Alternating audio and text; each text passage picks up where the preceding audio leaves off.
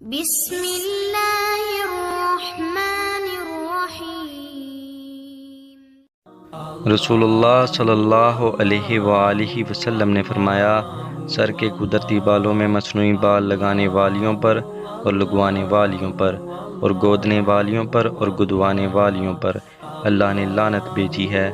صحیح بخاری حدیث نمبر 5933۔ حضرت عمر بن خطاب رضی اللہ عنہ کہتے ہیں کہ رسول اللہ صلی اللہ علیہ وآلہ وسلم نے فرمایا، زیتون کا تیل کھاؤ اور اسے جسم پر لگاؤ، اس لیے کہ وہ مبارک درخت ہے۔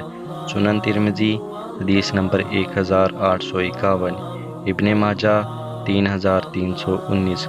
رسول اللہ صلی اللہ علیہ وآلہ وسلم نے فرمایا، اللہ تعالیٰ کی تعظیم کرو اور اس کے سامنے سر جھکاؤ، اللہ تعالیٰ تمہاری مغفرت فرما دے گا۔ مسند احمد حدیث نمبر 21227۔